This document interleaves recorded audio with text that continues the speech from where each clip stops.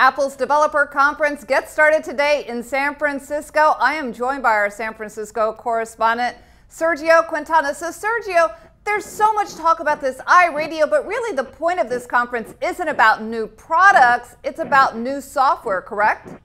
Yeah, the thing that we know that's confirmed on the schedule for today is the announcement of the new iOS for their iPhones and also the operating system for all their PCs and laptops. The big thing that we're waiting to see is what it's going to look like and how it's going to feel and interface with the user.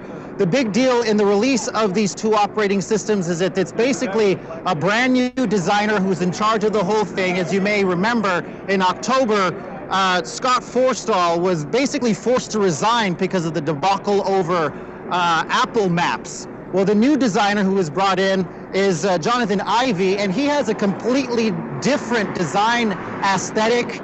He has a different philosophy about the way the user should interface with the hardware. So in today's announcement, of course, everyone going into this conference, these are all developers. So Apple wants to roll out these two operating systems so that they can get a look at it and see how they can give input to develop products to be able to interface with the laptops, PCs, and then also the iPhones. Of course, there's also talk about what might be coming out of here attached to those operating systems. A lot of people are hoping that there's going to be a new iPhone 6. That's something that is not always announced at these kinds of the conferences, but it has been done before.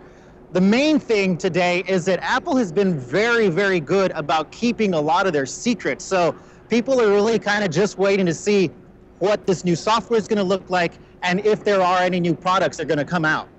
Right, as you mentioned, Jonny Ive is known for kind of being the creator of the iPod and really was behind all the design efforts on the iPhone. So this is going to be really kind of his coming out party with the Mac.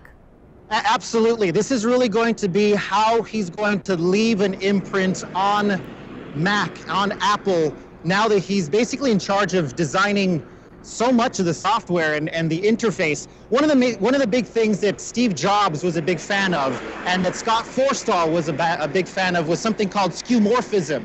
It's the idea that the interfaces on the iPhone should kind of be something that people are familiar with in the real world. So if you open up your iPhone and you take notes, for example, it looks kind of like a notebook.